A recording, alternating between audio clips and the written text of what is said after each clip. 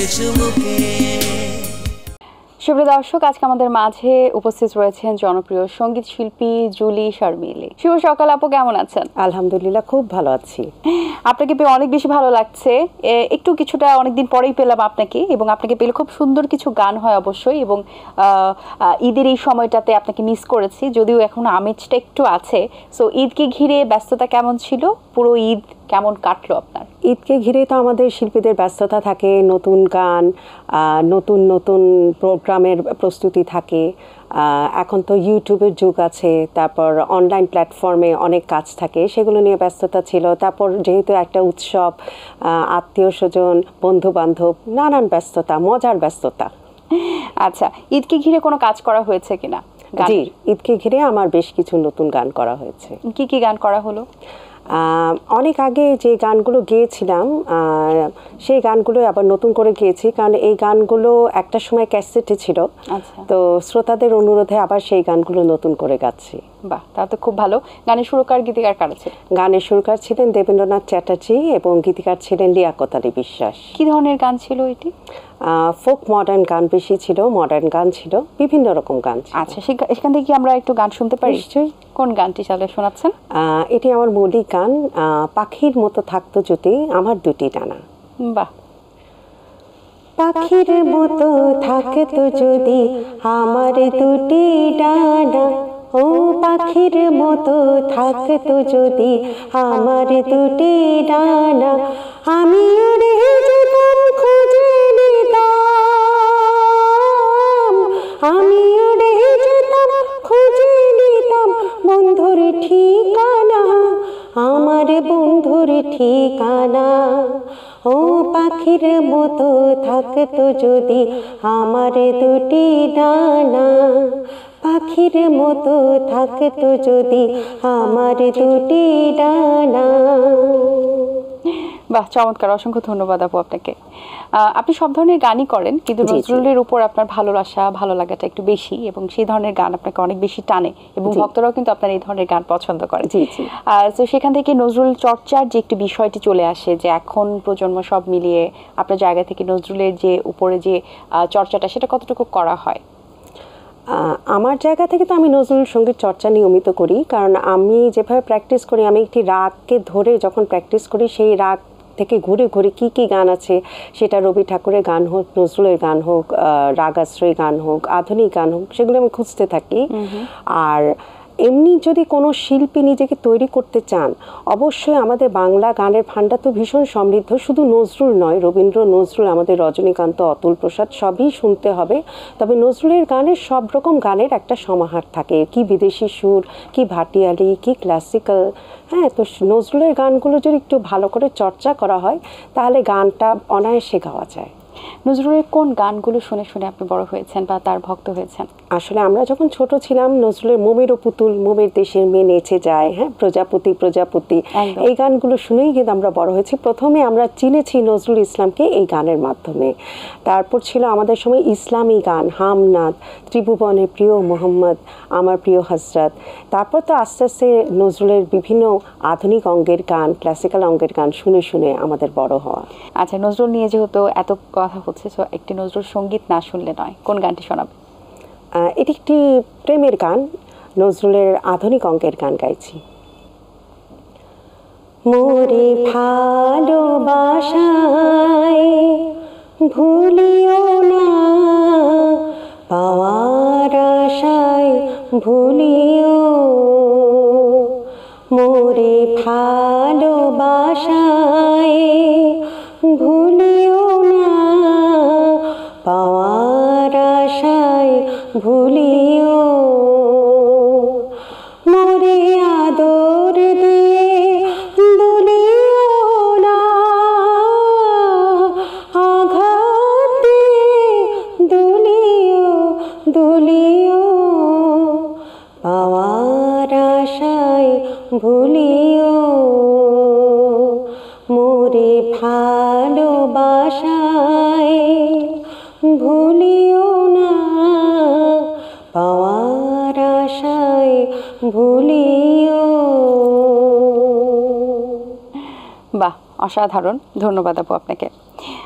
আপু এখন যে সময়টা আমরা পার করছি, একটা ক্রিটিক্যাল একটা সময় যাচ্ছে, স্পেশালি যদি বলি সঙ্গীত শিল্পীদের জন্য, কারণ একটা সময় এই সময়টাতে কিন্তু প্রচুর স্টেজ শো হয়েছে এবং ঈদকে ঘিরে অনেক কাজের ব্যস্ততা ছিল। এখনো হয়তো কাজের ব্যস্ততা আছে, কিন্তু হয়তো বা একটু কম। সেই পরিসরটা কতটুকু আসলে সঙ্গীত শিল্পীদের জন্য আসলে সময়টা কতটুকু সুখকর নাকি আসলে দুঃখকর? আসলে এটা খুবই দুঃখজনক, কারণ একজন শিল্পী তিনি যদি মনে প্রাণে শিল্প চর্চা করতে চান তাকে আসলে সেই শিল্পের মধ্যেই থাকতে হয়। যেমন আমরা যদি গুণী শিল্পীদের দেখি, সামিনা চৌধুরী কিংবা সাবিনা ইয়াসমিন, তারা কিন্তু গানই করতেন, বা আমাদের অভিনেত্রী সুবর্ণা মুস্তাফা, আরও সেই সময় যারা ছিলেন তারা কিন্তু সেই কাজটি করতেন। তো সেখানে যদি সন্তোষজনক হারে অনুষ্ঠান না হয় তাহলে তো সেই শিল্পী সেই কাজের মধ্যে নিমজ্জিত থাকতে পারবেন না, তাকে বিকল্প কোনো কিছু করতে হবে। আর যখনই তিনি অন্য প্রফেশনে চলে যাবেন তখন সেই কাজে যে ডেডিকেশন থাকতে হয় বা তার যে মেন্টাল পিসটা দরকার সেটা কিন্তু তিনি পুরোপুরি এফোর্ট দিতে পারেন না।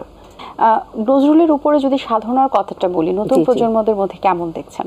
নতুন প্রজন্ম অনেকেই শিখছেন, কিন্তু আসলে এই প্রজন্মর যেটা ব্যাপার হচ্ছে যে এত ব্যস্ত থাকে সবাই পড়াশোনা নিয়ে, সব কিছু কাজে এত ব্যস্ততা, এত অস্থিরতা, এবং মোবাইলটা কিন্তু সবাইকে একটু ডিস্টার্ব করে। তো সেই হিসেবে কিছু ডিস্টারবেন্স তো থাকেই, কিন্তু নতুন প্রজন্ম শিখছেন আর ভালো জিনিস থেকে যাবে। রাইট, মোবাইল ফোন অ্যাডিকশনটা আসলে একটু প্রত্যেকটা প্রজন্মের জন্য এটা খুব ডেঞ্জারাস। করতে হলে আসলে মোবাইলটা লাগছে, কারণ আমরা যদি এখন শ্রোতার কাছে পৌঁছতে চাই, দর্শকদের কাছে পৌঁছতে চাই, আমাদেরকে মোবাইল ইউজ করতেই হবে, মাস্ট বি। আচ্ছা, আপুর ব্যস্ততা তো এখন অবসর সময়ে কি পাওয়া হয় যে ব্যস্ততার মধ্যে পেলে কি করতে ভালোবাসা?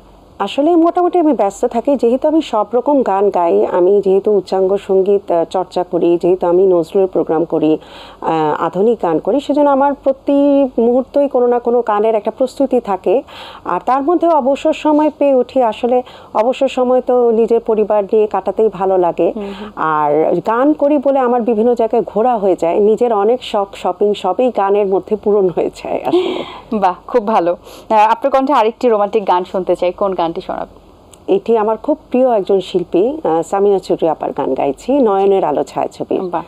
আমি তোমার দুটি চোখে দুটি তারা হয়ে থাকবো, আমি তোমার দুটি চোখে দুটি তারা হয়ে থাকবো, ছায়ার মতো তোমার পাশে তোমার কাছে থাকবো, আমি তোমার দুটি চোখে দুটি তারা হয়ে থাকবো, ফুল হয়ে গন্ধ দেব, সুর হয়ে ছন্দ দেব, পথিক হয়ে পথ দেখাবো, সূর্য হয়ে আলো দেব, মনের ভিতর ঘর বানিয়ে, মনের ভিতর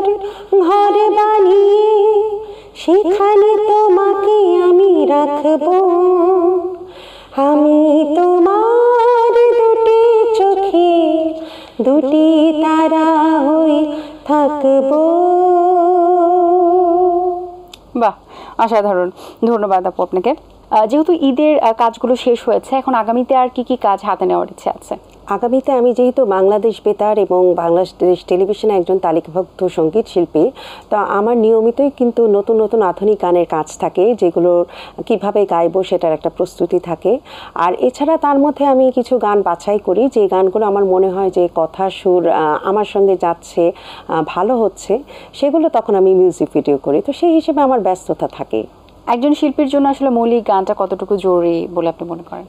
মৌলিক গানটাই তো সেই শিল্পীর অস্তিত্বকে সবার কাছে জানান দেয়, কারণ সেই শিল্পীর স্টাইলটা কীরকম সেটা কিন্তু মৌলিক গানের মাধ্যমেই তিনি প্রকাশিত হন সকলের কাছে। আপনার এতদিনের জার্নিতে সবচেয়ে বেশি অনুপ্রেরণা আপনাকে কে জুগিয়েছে? অনুপ্রেরণা বলতে তো আসলে আমার মা আমাকে গান শিখিয়েছেন, প্রথমে মায়ের কথা বলতে হয়। আর যেহেতু আমি স্টুডেন্ট লাইফ থেকে আমার অনেক আগে বিয়ে হয়ে যায়, তো অবশ্যই আমার ক্যারিয়ারটা প্রফেশনালি আমি করেছি বিয়ের অনেক পরে, অবশ্যই আমার স্বামী আর আমার পরিবারে আমার ছেলে মেয়ে তো নানানভাবে আমাকে সহযোগিতা করেন। বাই প্রফেশনালি সঙ্গীত শিল্পী হিসেবে নিজেকে স্ট্যাবলিশ করার যে ডিসিশনটা, সেটা কতটুকু যৌক্তিক ছিল বা কতটুকু পারফেক্ট ছিল বলে এখন আপনার মনে হয়? আসলে কি, আমরা যারা গান ভালোবাসি, মানে গানের জন্য যারা পাগল, তারা তো আসলে গান ছাড়া কিছু ভাবি না। আমি যেহেতু উদ্ভিদ বিজ্ঞানে মাস্টার্স করেছি, আমার প্রথম শ্রেণী ছিল, এবং আমি কিছু দিন একটি কলেজে শিক্ষকতাও করেছি। কিন্তু হয় কি, আমরা যারা একদম শিল্পের মধ্যে ডুবে থাকি, তারা কিন্তু অন্য কাজ করে তৃপ্তি পাই না। আমরা চাই যে কতটুকু সেই শিল্প নিয়ে আমরা চর্চা করতে পারবো। যৌক্তিক অযৌক্তিক তো আমরা চিন্তা করি না, আমরা চিন্তা করি যে আমরা কতক্ষণ এই সাধনার মধ্যে ডুবে থাকতে পারছি, ওটাই আমাদের শান্তি। কি পেলাম কি পেলাম না, সেটা আসলে আমার মনে হয় যারা সত্যি শিল্পকে ভালোবাসেন এত কিছু নিয়ে চিন্তা করেন না। একজন শিল্পী হিসেবে শিখে আসার যে গুরুত্বটা, সেটা কতটুকু? এবং অনেকেই আছেন যারা আসলে না শিখে হয়তো বা তাদের আল্লাহ প্রদত্ত একটা ভয়েস থাকে এবং অল্প একটু কাজ করলেই গলার হয়তো আরো সুন্দর হয়ে যায়। সেই জায়গা থেকে এই যে শিখে আসার যে একটা গুরুত্ব রয়েছে, সেটা কতটুকু জরুরি শিল্পীর জন্য? সেটা বলছি, জনপ্রিয় তো সব শিল্পী হন না। আর শিখে আসলে হয় কি, সঙ্গীত শুধু তো গান গাওয়ার ব্যাপার না। আমি কথাটা কিভাবে বলবো, আমার যদি সাহিত্য পড়া না থাকে, আমি যে কথাটা বলবো, উপস্থাপন করব, সেটা সুন্দর হবে না। এবং সঙ্গীত হচ্ছে গুরুমুখী বিদ্যা। সঙ্গীতটা এত বড়, এর ব্যাপ্তি এত বিশাল, তো এটা যদি নিয়মিত গুরুজনদের সান্নিধ্যে না থাকা যায়, অনেক কিছু শেখা যায় না। কিন্তু তারপরও কিছু কিছু গলা থাকে, সেটা আল্লাহ প্রদত্ত, তারা ভালোই গাইছেন। কিন্তু শিখে আসলে হয় কি, অনেক ভালো। যেমন আমরা সাবিনা ইয়াসমিন ম্যামের মতো গলা আর পাবো না, কারণ ওনারা শিখে এসছেন। সামিনা চৌধুরীর মতো যে তার গলায় যে মাদকতা, সেটা কিন্তু আমরা পাবো না। মিতালি মুখার্জি পাবো না, কারণ তাদের যে শেখার বেসটা, বা কনক চাপা আপার গলার যে ভারী কি যে ওজন, সেটা কিন্তু রেয়াত ছাড়া সম্ভব না, সুন্দর একজন ভালো গুরু ছাড়া সম্ভব না। সেটার ডিফারেন্স থাকবে, অনেকের ভালো গলা থাকবে, সবই থাকবে, কিন্তু সেই মাপের সেই আঙ্গিকের হবে না। জি আপু, অনেক সুন্দর কথা বলেছেন, সুন্দর কিছু গান শুনিয়েছেন। অনেক শুভকামনা রইল আপনার জন্য। ভালো থাকবেন সবসময়। আবারও ধন্যবাদ। আপনাকে অনেক ধন্যবাদ এত সুন্দর করে আমাকে উপস্থাপন করার জন্য। দর্শক, আশা করছি আজকের আয়োজন আপনাদের ভালো লেগেছে। আজ এই পর্যন্তই। আপনাদের সঙ্গে দেখা হবে আগামী পর্বে নতুন কারোর সঙ্গে। আমার আজকের এই সুন্দর ড্রেসটি স্পন্সর করেছে আনসারা। সবাই ভালো থাকবেন, সুস্থ থাকবেন এবং এটিএন বাংলার সাথেই থাকবেন। দিন আসে দিন যায়, সময়টা চলে যায়, তবু আছি এই বেশ ভালো।